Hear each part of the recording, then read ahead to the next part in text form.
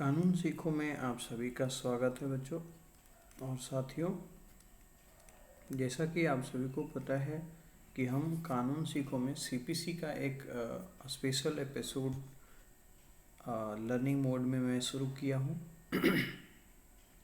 मैंने पिछली वीडियो का परिचय इंट्रोडक्शन पार्ट इसका कंप्लीट किया था। आज इसका शुरुआत है प्रारंभिक, जिसमें धारा 1 से 8 तक हम लोग पढ़ेंगे। ये वीडियो थोड़ा लंबा जाएगा, थोड़ा धैर्य से देखिएगा, समझिएगा, क्योंकि मैं बहुत ही बेहतर तरीके से इसे कुछ आपको समझाऊंगा। और मैं समझता हूँ कि सीपीसी बहुत इम्पोर्टेंट है आपके लिए, और इतना ही नहीं सिर्फ आपके अभी फ्यूचर के लिए, बल्कि अभी आपका एआईबी का जो एग्ज़ाम होने वाला है एआईबी के लिए, उसमें भी ये बहुत इम्पोर्टेंट रहेगा। तो मैं उम्मीद यही करूँगा और आपसे रिक्वेस्ट भी कि आप इसे पूरा देखिए और एक एक पार्ट को समझिएगा, क्योंकि इसमें मैं आपको वो सारे बातें लगभग मैं बताता हूँ।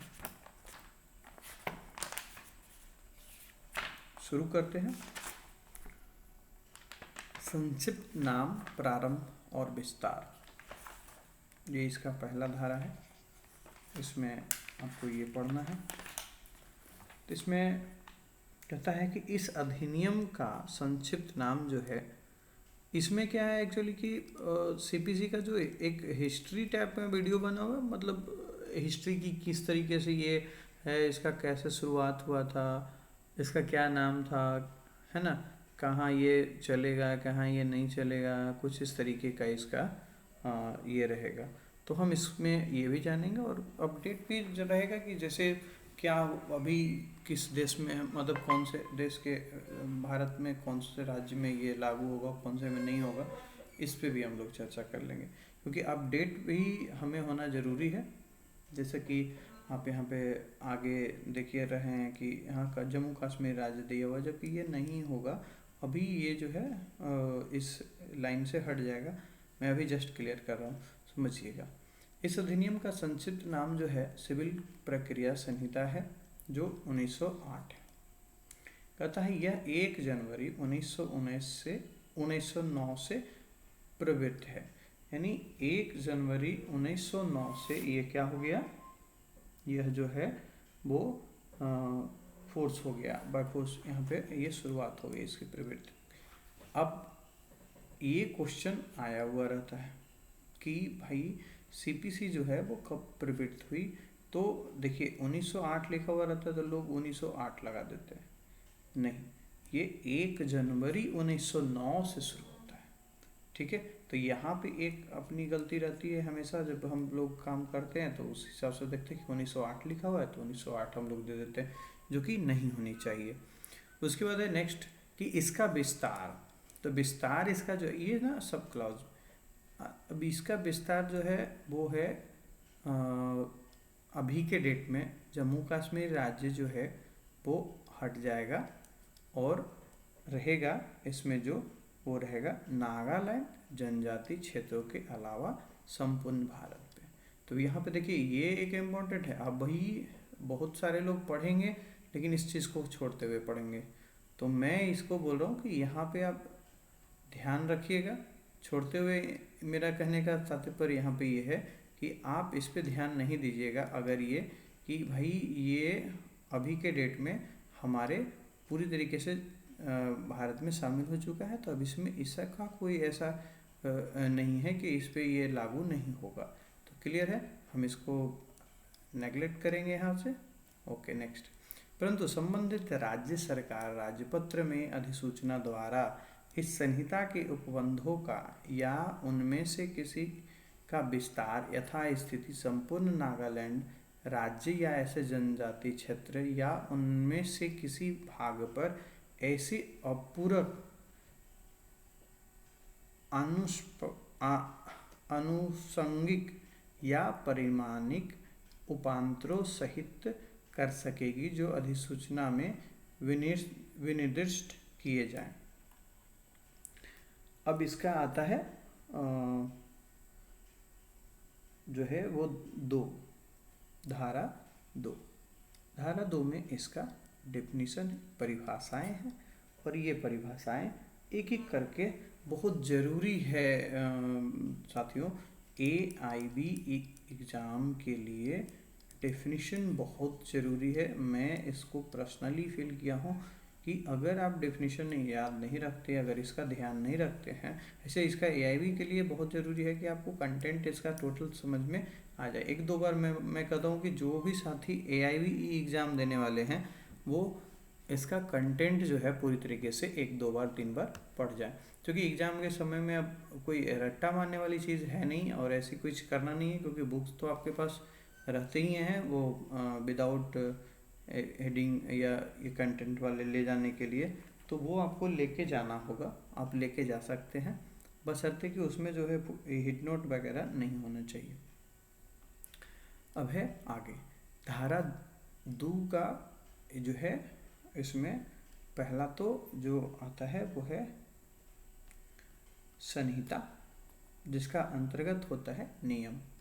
अब इसमें धारा 2 का 2 जो है बहुत इम्पोर्टेंट है, तो अज्ञापति यानी जिसको हम लोग डिक्री बोलते हैं। डिक्री ऐसे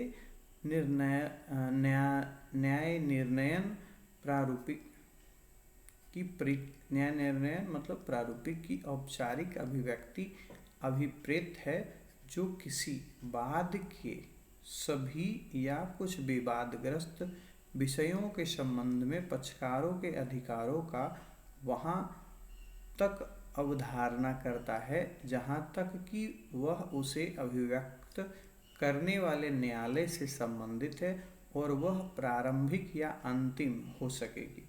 इसके अंतर्गत वादपद की अस्वीकृति जो आदेश 7 नियम 11, अब देखिए आदेश 7 और नियम 11 इसको पढ़ना बहुत ज़रूरी है, आप पढ़िएगा भी इसे। और 144 धारा के अंतर्गत किसी प्रश्न का अवधारणा भी समझाया जाएगा, किंतु इसके अंतर्गत अब ये मार्क रखिएगा कि आदेश 7 और नियम 11, अगर आपके पास, मैं यही कहूँगा कि मेरा जब भी वीडियो आप पढ़ें, इसमें वीडियो देखें, या मैं यही कहूँगा कि पढ़ने वक्त आप जब इसे देखें तो एक बेयर एक्ट जो होता है इससे संबंधित जो भी मैं आपको बताऊँ यहाँ पे, उसका एक बेयर एक्ट आप ज़रूर अपने पास रखें। इससे आपको अपने बेयर एक्ट में मिलान करके एक छोटा सा शॉर्ट नोटबुक जो है ज़रूर रखें।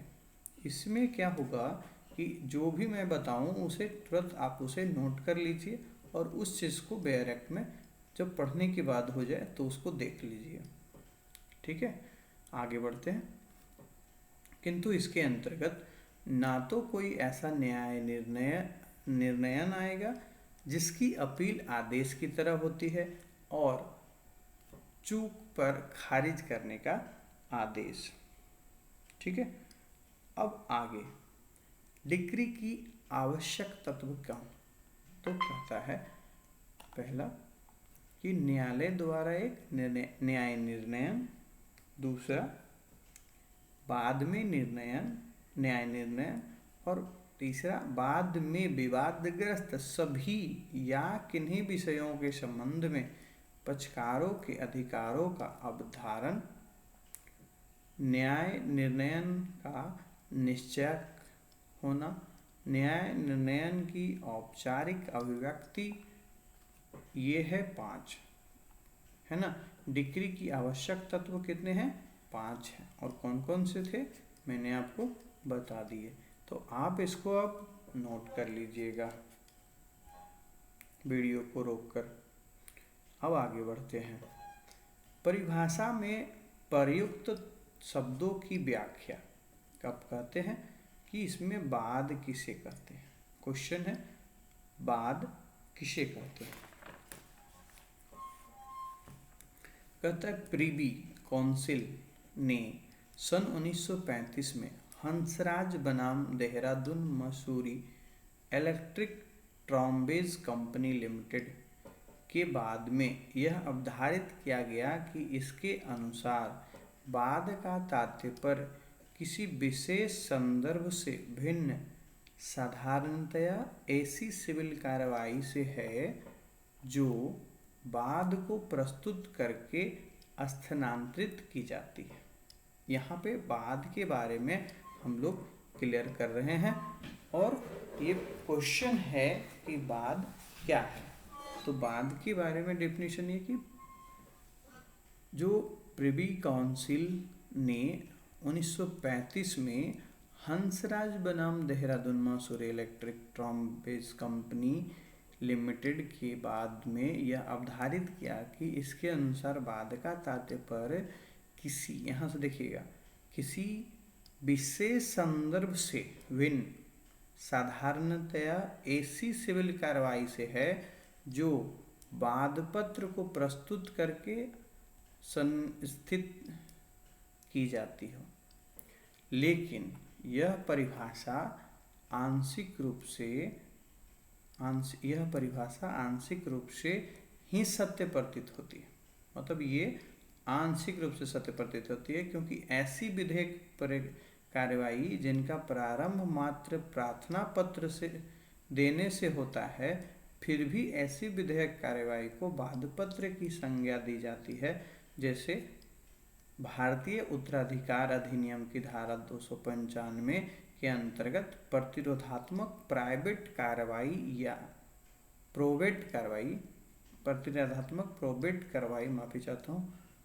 कार्रवाई या भारतीय विवाचन अधिनियम के अंतर्गत माध्यमस्थ करार दाखिल करने से संबंधित कार्रवाई। यहाँ तक क्लियर हो गया। नेक्स्ट अब है बाद में विवादग्रस्त सभी या किन्हीं विषयों के संबंध में पक्षकारों के अधिकारों का अवधारणा। न्यायालय द्वारा दिए गए न्याय निर्णय के माध्यम से विवादग्रस्त विषयों में से किसी एक या सभी के संबंध में पक्षकारों के अधिकारों का अवधारणा आवश्यक होना चाहिए।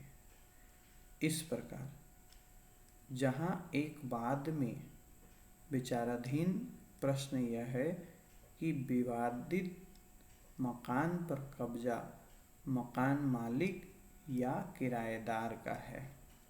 अब यहाँ पे एक एग्जाम्पल है, सही से समझिएगा। क्वेश्चन में आया कि एक विवादित है और उसमें विवादित मकान पर कब्जा मकान मालिक का या किराएदार का है।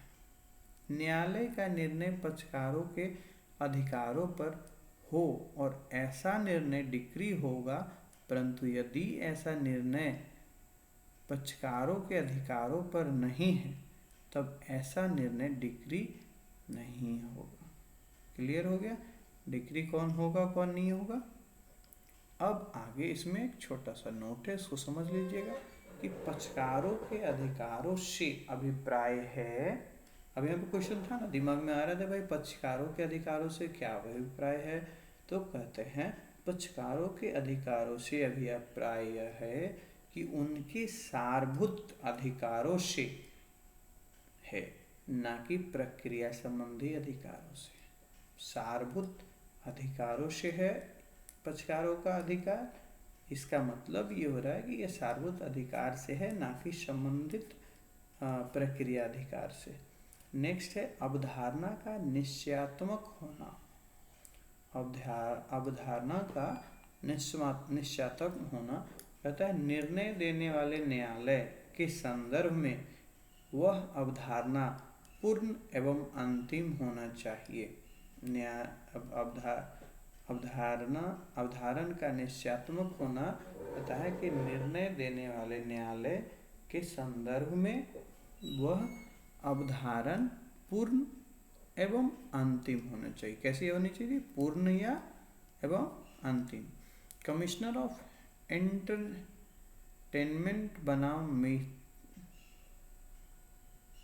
मित्रा सिनेमा 2002 के बाद में यह अवधारित किया गया कि अंतःकालीन लाभ का दावा एक सारभूत अधिकार है और ऐसा अधिकार का अवधारण एक डिक्री होता है।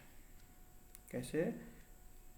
ऐसे अवधारित किया गया अंतःकालीन लाभ का दावा। अंतःकालीन लाभ का दावा सार्वभौत अधिकार होता है और ऐसे अधिकार का अवधारण डिक्री होता है।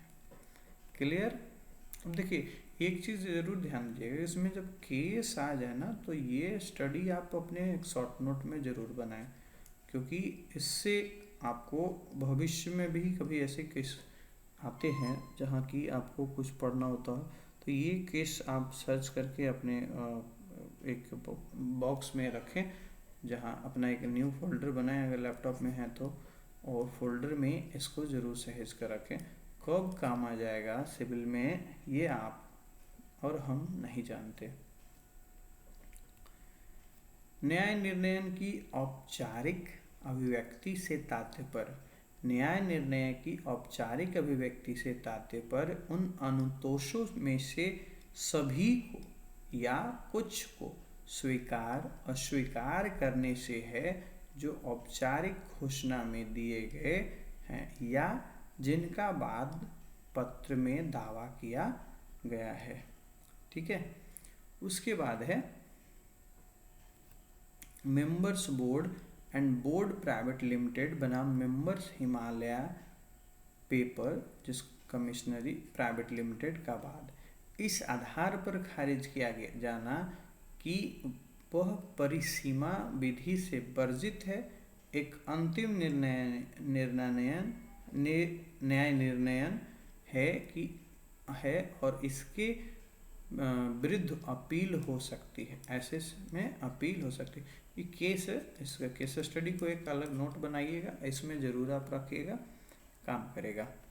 कमिश्नरी हुबली धाखड़ म्यूनिसिपल कॉरपोरेशन बनाम श्री सैल 2004 के बाद में कर्नाटक उच्च न्यायालय की पूर्ण पीठ ने निर्णय दिया कि प्रथम अपील की खारिज का आदेश परिसीमा द्वारा बाधित होने के आधार पर सिविल प्रक्रिया संहिता की धारा 2 क्लॉज 2 के अर्थों में डिक्री नहीं है और उसके विरुद्ध द्वितीय अपील पोषणीय नहीं है। कहाँ? कमिश्नरी हुबली धाखड़ म्यूनिसिपल कॉरपोरेशन बनाम श्री सैल 2004 के कोर्ट में यह आदेश जारी हुआ कि सिविल प्रक्रिया संहिता की धारा 2 क्लॉज 2 के अर्थ में डिक्री नहीं है, उसके विरुद्ध द्वितीय अपील पोषणीय भी नहीं है। पता है, उसके बाद भले औपचारिक रूप से डिक्री बना दी गई हो, उचित तरीका तो यह होगा कि इसके विरुद्ध पुनरीक्षण दाखिल किया जाए। डिक्री के प्रकार, क्वेश्चन बहुत इंपॉर्टेंट है। डिक्री के प्रकार कितने हैं, तो हम इसको नेक्स्ट वीडियो में बना रहे हैं, उसमें आप देख लीजिएगा। तब तक के लिए इस वीडियो के लिए नमस्ते।